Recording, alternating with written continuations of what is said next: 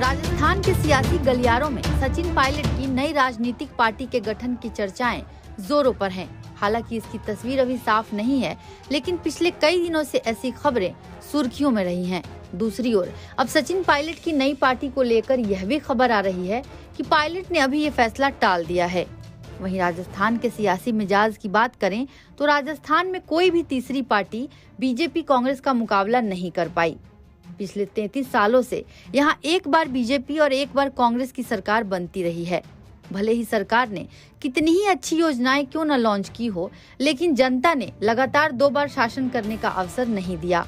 BJP और कांग्रेस को चुनौती देते हुए बीते कुछ सालों में तीसरी पार्टियों का गठन भी हुआ, लेकिन तीसरी पार्टियां बीजेपी कांग्रेस को टक्कर नहीं दे पाईं। तो आइए जानते हैं राजस्थान में तीसरा मोर्चा बनाने वाली पार्टियों का क्या हाल हुआ। 2013 में बनी थी नेशनल पीपुल्स पार्टी। मीणा समाज के कद्दावर नेता और वर्तमान में बीजेपी से राज्यसभा सांसद डॉक्टर किरोड़ीलाल मीणा ने 2008 में भाजपा का दामन छोड़ दिया था। 2013 के विधानसभा चुनाव से पहले doctor Meena national people's party का झंडा लेकर आए और राजस्थान कांग्रेस बीजेपी को चुनौती देने लगे।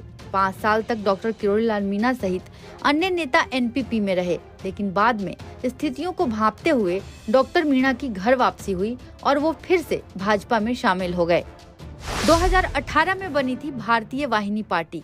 वर्तमान में बीजेपी से राज्यसभा सांसद घनश्याम तिवाड़ी ने 2018 के चुनाव से पहले भारत वाहिनी पार्टी का गठन किया था। साल 2013 से 2018 तक वसुंधरा राजे के शासनकाल में घनश्याम तिवाड़ी और राजे के आपस में नहीं बनी।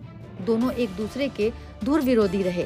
तिवाड़ी ने भाजपा का दामन छोड़ा और भारत वाहिनी पार्टी का गठन किया। तिवाड़ी स्वयं सांगानेर विधानसभा सीट से चुनावी मैदान में उतरे, लेकिन उनकी जमानत जब्त हो गई।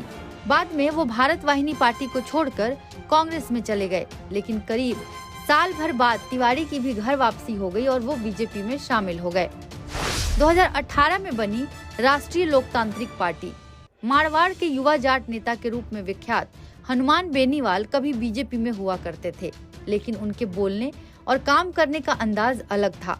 बीजेपी के साथ उनकी बात नहीं बन सकी तो अक्टूबर 2018 में हनुमान बेनीवाल ने नई पार्टी का गठन किया। राष्ट्रीय लोकतांत्रिक पार्टी का झंडा लेकर बेनीवाल ने 2018 के विधानसभा चुनाव में ताल ठोकी। बीजेपी और कांग्रेस को टक्कर देने का आह्वान करने वाले बेनीवाल की पार्टी के सिर्फ 3 विधायक बने। इनमें से एक बेनीवाल स्वयं थे। इसके अलावा पुखराज गर्ग और इंदिरा देवी भी आरएलपी से विधायक बनी। फिलहाल हनुमान बेनीवाल नागौर से लोकसभा सांसद हैं। इस बार वे फिर चुनावी मैदान में ताल ठोकने वाले हैं, लेकिन कोई तीसरा मोर्चा सत्ता तक पहुंचेगा ऐसी संभावना नजर नहीं आ रही है। वहीं राजनीतिक विश्लेषकों का कहना है कि राजस्थान में तीसरे मोर्चे का कोई भविष्य नजर नहीं आता।